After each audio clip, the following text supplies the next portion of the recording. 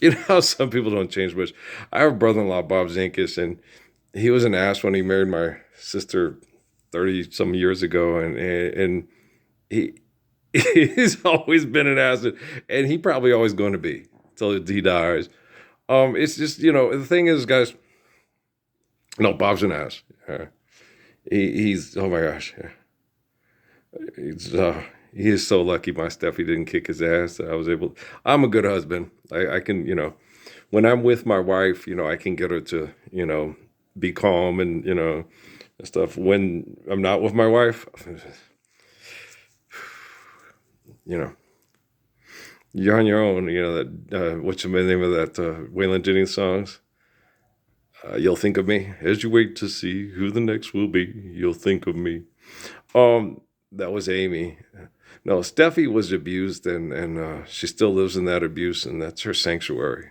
Is her abuse, and she martyrs herself and devotes herself to a female god that keeps her safe from all abusive males, and it's weird because the man that married her mother was a sweetheart.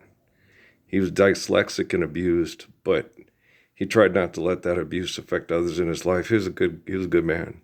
Yeah. He just was never good enough to replace the cartoon character that Steffi made her biological father into. She held him to a mythological standard. And I would try to explain that to her.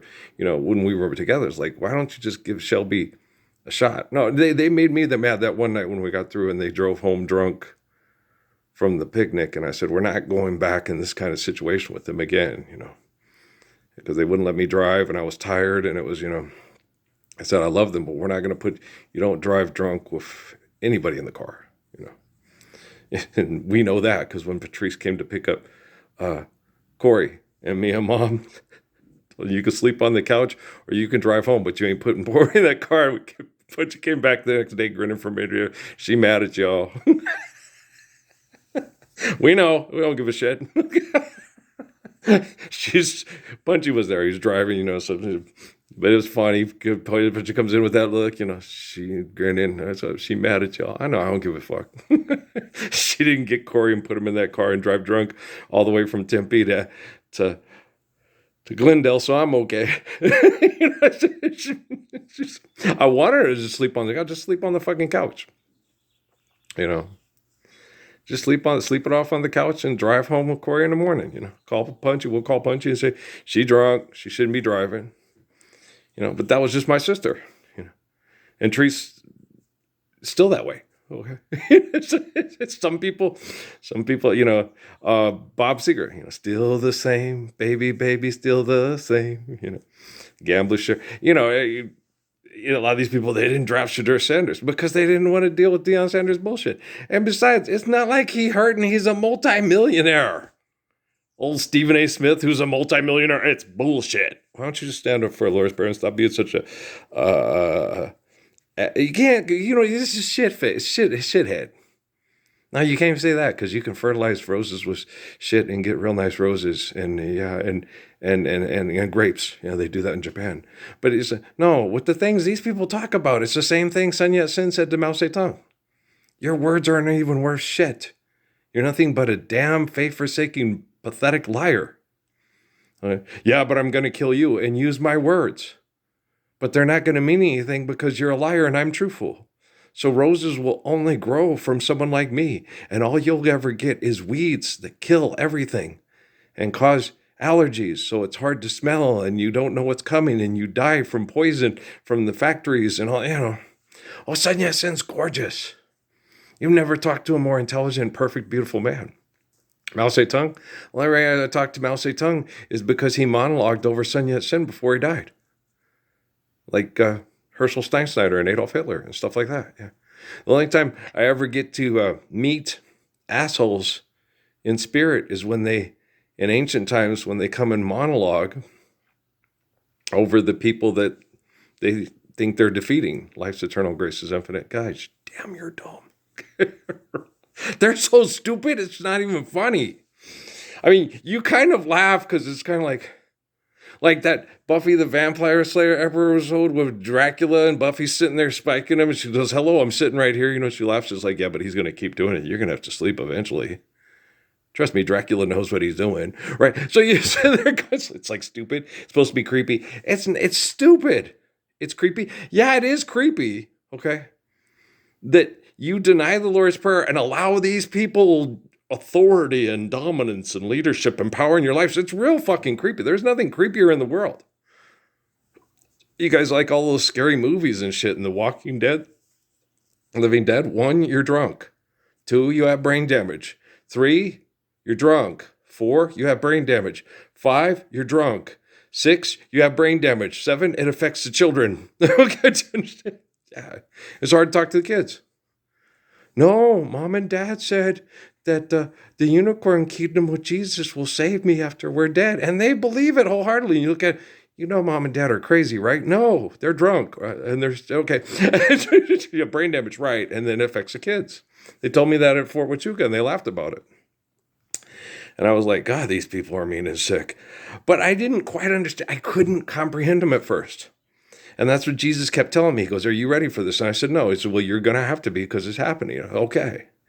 And then we keep going. And I didn't fool. I couldn't. They thought I had brain damage. And when I got back home to Cruces, they kept telling me I was a savant or Asperger's because I had brain damage because I was incapable of completely comprehending what they were talking about because they're so fucked up. I couldn't conceive being that fucked up. And that's not a bad thing. Like that judge that when they locked me up and said, oh, you have no real knowledge of the criminal justice system? Not at all. I've avoided it my whole life. Well, that's good. So she lowered my bail because she knew I was sincere. I was going to try to get up and say something smart like all the other career criminals. And they just said, and she said, you don't have, no, this is the first time I've ever been locked up. I've never dealt with this kind of crap before in my life. Well, good, I'll lower your bail. And that's what she did. They had it at 500. She said it's like 200. I said, thanks. I said, don't mention it. Okay. And so it's just like, good gravy. Yeah, just be truthful and honest. And if you're fortunate, you'll get like that female judge I had here that was really sweet to me. If you're unfortunate, you'll get Tom T. Hall's county jail judge, who does that because he can. Because you guys believe money is real and no one's living the Lord's Prayer, right? So they had that thing, Shedeur Sanders. It's bullshit. It's like, what's bullshit? Is that you guys still talking? And it's not, you can't even call it shit. It's Mao Zedong and Sun Yat-sen. Your words aren't even worth shit. You've given your children hell. They gave you life. You didn't give them life. God gives you life. They just sexually reproduced, and they're bumping uglies in hell, and they've got eternal wretchedness. Blaise Pascal. Aha! So you get that and stuff. And me and my dad, it finally hit him today. I said, Dad, because he heard it on Sunday with Elijah. I said, Dad, Mussolini, Hitler, Trump, Obama, Bill Gates, Mark Zuckerberg, I wish his wife and his children the Lord's Prayer eternally. Okay. They wish me quiet and dead so they can be billionaires. Okay. And so I have people that sit there and tell me, Jesus is their God, and I'm going to go to hell in their head because I don't accept Jesus as their God, as God. Okay. I said, I will wish the Lord's Prayer for people that try to kill me, kill my mother, and try to and sexually assault my own children. And I'm pretty certain that if Jesus is a God in your head, that I'm going to be living with Jesus in your head, and you're not going to be when we're dead. Okay, I could do the math there, and I'm not that dumb. I could, and I don't want a contract from Jerry Jones or Ted Turner because they're both fucking murdering assholes, and I don't like either one of them. Go buy a car. What do you mean? Okay, Ford, okay. When you drive cars because you're not living the Lord's Prayer, and you're destroying the ecosystem, you put children into St. Jude's Hospital. This is science. Okay, this is math. Why do you think Jesus said, forgive them, Father, for they know not what they do? Okay, I forgive them, Jesus, but they're still doing it. I know, but still forgive them because the technology has to reflect you and me and not them. That's true. So you get it? Doesn't matter if you get it or not. It matters that I get it and Jesus gets it and the technology reflects me and Jesus and not you. Do you understand? Okay. as we examine the crucifixion further, right? So it doesn't matter what my nephew thinks, what my sister and my brother-in-law thinks, or even what my own father thinks of me. What matters is what I think, what I say, and what I do, and that it's the truth. And that technology can sit there and go, money ain't real. They manipulate people into believing in cartoon characters to kill over it. He stands up to stop it, and they all torture him and act like that magic cartoon character is going to save them after their dad with their make-believe money, you know. And I took out an insurance policy, and I'm going to make sure you guys are taken care of with money that people murder each other for after I'm dead. It's like, thanks, Mom. You're such a fucking asshole. Place for Dad. Okay, price.